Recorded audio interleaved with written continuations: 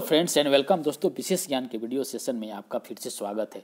दोस्त, जो इस वीडियो में मैं टॉपिक डिस्कस करने जा रहा हूँ हमारे लाइफ के पॉइंट ऑफ व्यू से बहुत ही इंपॉर्टेंट है और इस टॉपिक का महत्व हमारे हर एक्टिविटी से रिलेटेड है, हमारे हर डिसीजन मेकिंग से रिलेटेड है, हमें हर रिलेशनशिप को पहचानने से रिलेटेड है। दोस्तों, वो टॉपिक क्या है? वो टॉपिक है ह्यूमन परसेप्शन, यानी कि understanding a people through human perception. Perception का मतलब होता है अवधारणा। दोस्तों, ये जो वीडियो है वीडियो नंबर 9 है और ये हमारा जो कोर्स है soft skill and personality development उससे रिलेटेड। इसके पहले मैंने 8 वीडियो बनाया है जो हर बेसिक को क्लियर किया है, जैसे कि personality, type of personality, category, उसके बाद goal setting, self discovery, belief, attitude, character, behaviour, ये सब क्या है उसको हम करके छोटे छोटे कंसेप्ट के माध्यम से सबसे पहले इनको क्लियर किया है। दोस्तों, अगर आप इस वीडियो को नहीं देखे हैं तो इसको देख लीजिए ताकि आगे की वीडियो आपको सही से समझ में आए। तो दोस्तों, इस वीडियो में जो मैं टॉपिक डिस्कस करने जा रहा हूँ जिसका नाम है अवधारणा, यानी कि परसेप्शन। परसेप्शन का मतलब ये है कि हर आदमी के दिमाग में कुछ ना कुछ किसी चीज़ को लेकर एक प्रतिबिंब या अवधारणा बन जाता है, उसके हिसाब से आदमी सोचता है। कहते हैं ना कि नज़र और नज़रिया में क्या डिफरेंस है, तो दोस्तों वही चीज़ रिलेटेड है कि नज़र किसको बोलते हैं और नज़रिया क्या है। तो यानी कि फुल जो कंसेप्ट है वो परसेप्शन पे चला जाता है। तो आइए हम कुछ एग्जाम्पल से, कुछ चित्रों के माध्यम से, कुछ डायग्राम के माध्यम से हम परसेप्शन को क्लियर करते हैं। देखिए, परसेप्चुअल डिफरेंस की हम अगर बात करें, आप इस डायग्राम में देख सकते हैं एक हाथी है, इसमें बहुत से लोग हैं, इसके हर पार्ट्स को टच कर रहे हैं। कोई और क्या है कि ये सब, सपोज मान लीजिए कि ये सब अंधे हैं, कोई इसके सूंड को टच कर रहा है, कोई इसके दांत को टच कर रहा है, कोई इसके कान को टच कर रहा है, कोई इसके पैर को टच कर रहा है, कोई इसके पूंछ को टच कर रहा है, कोई इसके बॉडी को टच कर रहा है।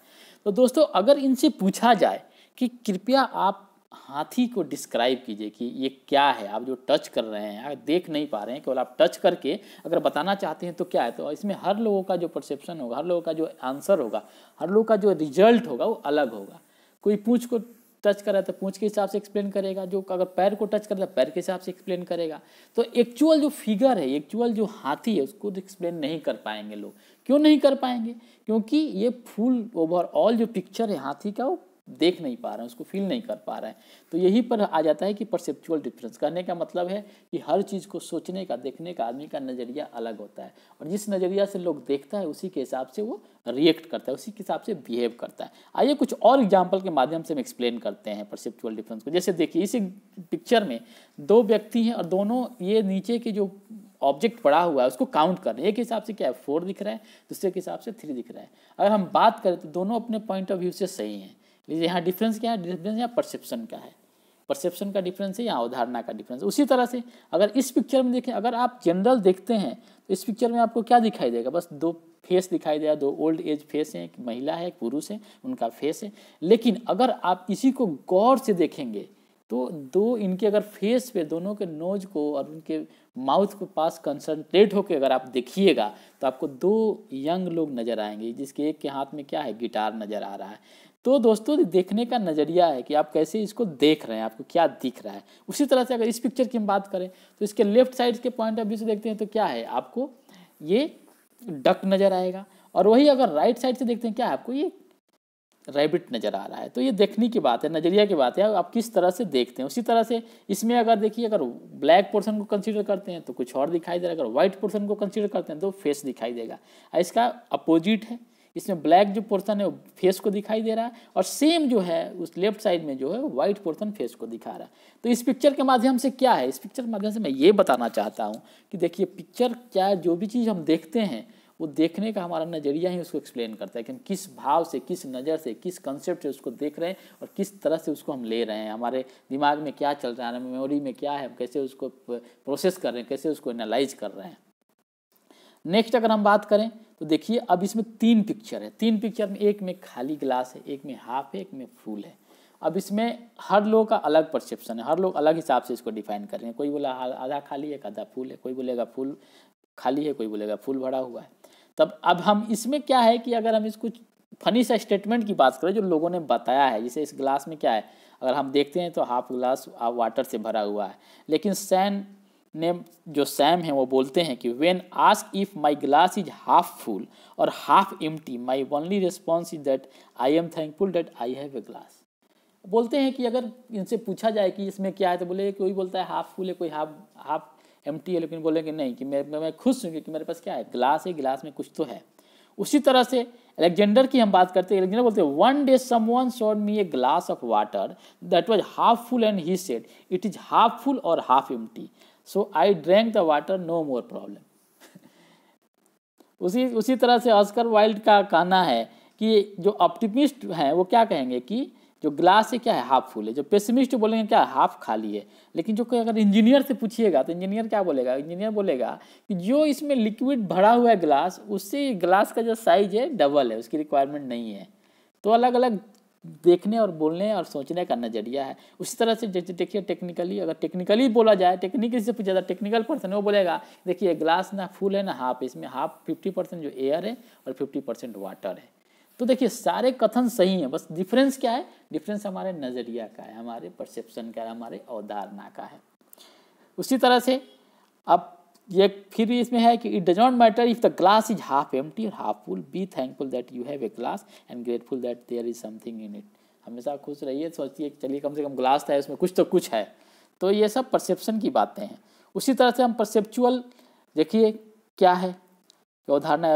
अभी आपके सोच के ऊपर, जैसे कैट है अपने आप को क्या लाइन समझ रहा है, और देखिए जो फैट लोग हैं मिरर में देखते हैं तो अपनी सोच पे कोई इसको अपने आप को थिन महसूस कर रहा है, कोई फैटी महसूस कर रहा है, पतला आदमी मोटा महसूस कर रहा है, मोटा आदमी पतला महसूस कर रहा है। तो ये सब क्या है, ये सब परसेप्शन का कमाल है। अब परसेप्शन के बारे में हम आते हैं, अवधारणा है क्या है अवधारणा।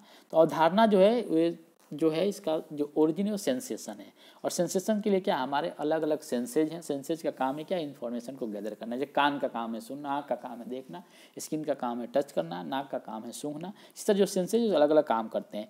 तो जो पहले क्या होता है, पहले सेंसेशन होता है। सेंसेशन क्या है, सेंसेशन क्या एक प्रोसेस है जिससे हम हमारे जो सेंसरी ऑर्गन है उसके हिसाब से हम इंफॉर्मेशन को रिसीव करते हैं इन्वायरमेंट से। चाहे अपने कोई सामने चीज़ देखते हैं या इन्वायरमेंट में कोई घटना घटती है, चाहे एक्टिविटी हो, चाहे कुछ है, कोई ऑब्जेक्ट है, उसके माध्यम से हम उसको सेंस करते हैं।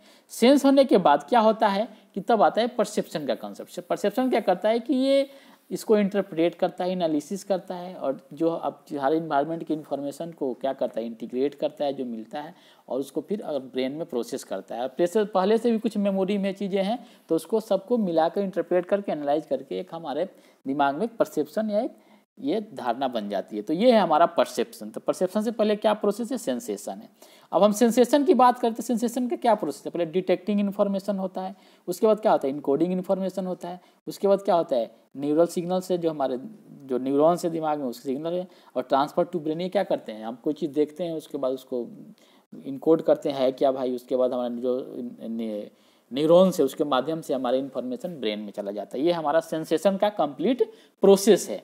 उसके बाद अगर आता है कि परसेप्शन के लिए अलग अलग तरह से डेफिनेशन लोग दिए गए हैं। परसेप्शन जैसे perception is the organization, identification, interpretation of sensory information in order to represent and understand the environment. मैंने बताया ना कि ये क्या है, ये परसेप्शन के ऑर्गेनाइजेशन है किसका, आइडेंटिफिकेशन, इंटरप्रिटेशन, सेंसरी इन्फॉर्मेशन, ये सब का। उसी तरह से अलग अलग लोगों ने अलग अलग डेफिनेशन दिया है। जैसे जोसेफ रीड ने कहा है कि perception includes all those process by which an individual receive information about his environment, seeing, hearing, feeling, testing and smelling, जो हमारे सेंसरी ऑर्गन से इन्फॉर्मेशन लेना है। उसी तरह से BVH गिल्मर ने कहा है कि perception is the process of becoming aware of situations of adding meaningful association to the sensation. मतलब सेंसेशन में क्या है, सेंसेशन से हम उसको इंटरप्रेट करते हैं, एनालाइज करते हैं, हमारे दिमाग में पहले से मेमोरी में कुछ चीज़ें उससे कोरिलेट करते हैं, उसके बाद हम एक परसेप्शन पर पहुंचते हैं। उसी तरह से अलग अलग लोगों ने अलग अलग परसेप्शन का डेफिनेशन दिया है। आई थिंक आपको परसेप्शन का कॉन्सेप्ट समझ में आ गया है कि परसेप्शन क्या है। परसेप्शन से पहले सेंसेशन होता है, उसके बाद परसेप्शन का कॉन्सेप्ट आता है। अब आइए हम देखते हैं कि परसेप्शन के प्रोसेस क्या है। परसेप्शन का प्रोसेस क्या है, इन्फॉर्मेशन के बाद क्या होगा, सेंसेशन के बाद क्या होगा, परसेप्शन। पहले बताया था इन्फॉर्मेशन किससे रिलेटेड, इन्फॉर्मेशन हमारा रिलेटेड है स्टिमुली से, उद्दीपन से, एक्सटर्नल इन्वायरमेंट से, जो बाहर क्या हो रहा है, इन्वायरमेंट में क्या हो रहा है, उससे आप कोई भी इन्फॉर्मेशन लेते हैं। उसके बाद क्या इन्फॉर्मेशन लेते हैं, उसको इनकोड करते हैं, फिर सेंसेशन का कंसेप्ट आ जाता है। इनकोड करके रॉ डाटा जो आता है उसको प्रोसेस करके सेंसर के द्वारा फिर हम न्यूरॉन्स के माध्यम से उसको ब्रेन में ले जाते हैं। ब्रेन में ले जाने के बाद क्या होता है, sensation are process in the brain. अब ब्रेन में जाता है, उसके बाद क्या होता है, उसको इंटरप्रेट एनालाइज, हमारे पास मेमोरी में पहले से कुछ चीज़ें हैं तो उसको हम प्रोसेस करते हैं। तो यही हमारा जो है एक परसेप्शन का कंप्लीट प्रोसेस है। उसके बाद फैक्टर्स इन्फ्लुएंस द परसेप्शन। देखिए परसेप्शन कैसे प्रभावित होता है, परसेप्शन या अवधारणा को प्रभावित करने के कारक क्या हैं, फैक्टर्स क्या हैं। तो एक्सटर्नल है, एक्सटर्नल में क्या होता है, टारगेट होता है, सिचुएशन होता है। टारगेट मतलब जो आप चीज़ ऑब्जेक्ट को देखते हैं वो, अब किस सिचुएशन में देख रहे हैं, दोनों चीज़ हो सकता है। इंटरनल हम अगर फैक्टर की बात करें तो इसमें क्या है, इसमें परसीवर है, जो आदमी इन्फॉर्मेशन ले रहा है, जिसके ब्रेन में जा रही है, वो क्या है, उसके दिमाग में क्या चल रहा है, उसके पहले से मेमोरी क्या है, किस तरह से एनालाइज कर रहा है, किस तरह से इंटरप्रेट कर रहा है। तो ये दो फैक्टर्स हैं, एक्सटर्नल और इंटरनल। आइए हम एक एक करके तो इसको डिटेल में एक्सप्लेन करते हैं कि एक्सटर्नल फैक्टर्स में क्या क्या हो सकता है और इंटरनल फैक्टर में क्या क्या हो सकता है। अगर हम ये फैक्टर्स की बात करें तो एक्सटर्नल फैक्टर से टारगेट हो गया। टारगेट में क्या होता है, साउंड हो जाएगा, साइज हो जाएगा, उसका बैकग्राउंड है, किस जगह पे है, उसके आसपास में क्या है, इसको प्रॉक्सिमिटी बोलते हैं। फिर मोशन, मूवमेंट में है कि क्या है, नोवेल्टी है, उसके बाद रिपीटिशन है। उसी तरह से सिचुएशन के अगर हम हिसाब से बात करें तो टाइम उसमें मेन फैक्टर हो जाएगा, वर्क सेटिंग हो जाएगा। तो ये क्या हमारे एक्सटर्नल फैक्टर से। अगर हम इंटरनल फैक्टर की बात करें, इंटरनल फैक्टर्स में क्या आ जाएंगे, परसीवर के, जैसे कि हैबिट, कैसा हैबिट है उसका, किस लेवल का इंटरेस्ट है, उसका इंटरेस्ट क्या है, मोटिव उसका कैसा है, एटीट्यूड कैसा है, एक्सपेक्टेशंस उसको क्या है, उसके बाद सोशल एंड कल्चरल बैकग्राउंड क्या है। तो ये हमारा जो रहा इंटरनल फैक्टर्स के बारे में और एक्सटर्नल फैक्टर्स के बारे में, जो कि हमारे परसेप्शन को, अवधारणा को प्रभावित करते हैं। उसके बाद इम्पोर्टेंस ऑफ परसेप्शन क्या है, इंपॉर्टेंस ऑफ परसेप्शन काफ़ी व्यापक है। मैंने बताया कि आपको परसेप्शन ही सब कुछ आपके लाइफ में चेंजेस ला सकता है। कि नज़रिया कहीं फेरे, नज़र नहीं नज़रिया का फेरे, नज़र नहीं बदलो, बस अपना नज़रिया बदलो। लोग बोलते हैं ना, अगर अपने आप को चेंज करना है, किसी चीज़ को समझना है तो नज़रिया की ज़रूरत है, नज़र की ज़रूरत नहीं है। तो क्या है कि परसेप्शन का सबसे बड़ा एडवांटेज है, किसी भी व्यक्ति के ह्यूमन बिहेवियर को समझने के लिए परसेप्शन को समझना जरूरी है। उसी तरह से परसेप्शन का क्या है, people behave on the basis of their perception, we can predict their behaviour in the change circumstances by understanding their present perception of the environment. Environment के हिसाब से परसेप्शन में कैसा क्या व्यक्ति, उसको हम समझ सकते हैं, उसके बाद उसके बिहेवियर को समझ सकते हैं। उस तरह से people can various people can be determine because people perception is influence by their needs. देखिए परसेप्शन के माध्यम से क्या आवश्यकताओं के बारे में हम जान सकते हैं लोगों को। तो उसी तरह से अगर किसी के कैरेक्टर के बारे में जानना है, किसी के सिचुएशन के बारे में जानना है, उसको क्या है कैसा है, तो हम उसके परसेप्शन के माध्यम से इन्फॉर्मेशन ले सकते हैं। उसी तरह से अगर कोई वाइटल इंपॉर्टेंट की बात करें हम, तो जैसे कि it is a vital important if you want to get going with others to try to see things from their perspective of walking their shoes और वाइल। बल्कि कि अगर आप किसी व्यक्ति को समझना है, उसको अच्छे से जानना है, तो उसके फ्रेम में जाकर, बोला जाता है कि उसके शूज में जाकर, मतलब उसके सिचुएशन में जाकर अगर चीज़ों को आप समझेंगे तो अच्छे से आप समझ पाइएगा। तो इसलिए परसेप्शन होना बहुत ही ज़रूरी है। ये बहुत सारे इंपॉर्टेंस हैं जो परसेप्शन का, कुछ हमने एग्जाम्पल के माध्यम से बताया। उसके बाद ह्यूमन परसेप्शन की बात करें तो ह्यूमन परसेप्शन, मानव परसेप्शन की जो बात है, इंपॉर्टेंट कुछ पॉइंट्स है जो मैं बताने जा रहा हूँ। जैसे human perception determine proper understanding in relationship को अंडरस्टैंडिंग करने के लिए ह्यूमन परसेप्शन का बहुत ही बड़ा रोल है। उसके बाद अगर बोलते हैं perception are bound to be different often contradictory. इस तरह से don't be guided by prejudice. लोग क्या करते हैं कि उनके दिमाग में कि हम किसी के बारे में पहले से ही अवधारणा बन जाता है, प्रेजुडिस हो जाते हैं, पहले से एक अपनी छवि बना लेते हैं कि ये ऐसा है वैसा है। लेकिन ऐसा नहीं है, इसमें हमेशा हम धोखा खाते हैं। क्योंकि अगर आप किसी के प्रति उसके साथ टाइम नहीं दोगे, उसको अच्छे से समझोगे नहीं, तब तक कंक्लूजन पे आप नहीं पहुंच सकते हो कि और क्या है और कैसा है। इसलिए हमको कि पहले से ही किसी के प्रति कोई छवि नहीं बना लेना चाहिए, कोई अवधारणा नहीं बना लेना चाहिए, कोई परसेप्शन नहीं हो जाना चाहिए कि हाँ वो कैसा है ऐसा है, किसी ने कुछ बोल दिया या आप किसी और माध्यम से उसके प्रति आपका परसेप्शन ऐसा हो गया। ये जो होता है ये गलत होता है। हमेशा आदमी इसके चक्कर में गलती, उसको हर रास्ते में गलती मिलती है। इसलिए तुरंत डिसीजन नहीं लेना चाहिए, पहले से ही किसी के प्रति अपना कोई अवधारणा नहीं बनाना चाहिए।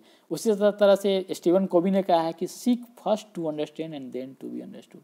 किसी को समझने से पहले अपने आप को समझो, अपने आप को उसके सिचुएशन में देखो और उसके बाद उसको किसी चीज़ का डिसीजन लो। ऐसा नहीं कि बिना समझे हम कोई डिसीजन ले लिया है, सिचुएशन क्या है, वो कैसे कर रहा है, उसके साथ क्या हो रहा है, पहले हमको समझना चाहिए। तो दोस्तों इस वीडियो का अब कंक्लूजन का टाइम आ गया है, इसको हम कंक्लूड करते हैं कि मैंने क्या बताया इसमें। मैंने इसमें एक बहुत ही इंपॉर्टेंट टॉपिक को डिस्कस किया जिसका नाम है परसेप्शन, ह्यूमन परसेप्शन, और इसका लाइफ में हमारे क्या इंपॉर्टेंस है, क्या क्या फैक्टर से बताया। और मैंने पहले ही बताया था कि ये जो 9th नंबर वीडियो है हमारा कोर्स जो चल रहा है soft skill and personality development से, ऑलरेडी मैंने 8th वीडियो बनाए हैं, उसमें सारे बेसिक्स को क्लियर किया है, एक एक करके हम एक एक कंसेप्ट को क्लियर कर रहे हैं। अगर आप वीडियो को नहीं देखे हैं तो कृपया उस वीडियो को देख लीजिए ताकि आपके कंसेप्ट क्लियर हो जाए। और जो मैं इस टॉपिक में बताया मैं फिर से एक बार रिपीट कर देना चाहता हूँ कि परसेप्शन क्या है, सेंसेशन क्या है, परसेप्शन के फैक्टर्स कौन कौन से हैं, परसेप्शन का हमारे लाइफ में कितना इंपॉर्टेंस है, कैसे इन्फ्लुएंस करता है हमारे लाइफ को, और हम कहाँ परसेप्शन के चलते हम गलतियाँ करते हैं,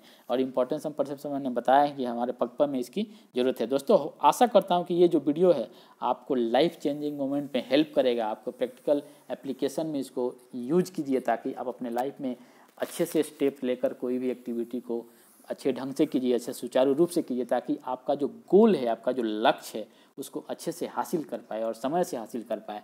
तो दोस्तों मिलते हैं आपसे फिर नेक्स्ट वीडियो में, तब तक के लिए अपने लाइफ को एंजॉय कीजिए, खुश रहिए। थैंक यू और आपका समय शुभ हो।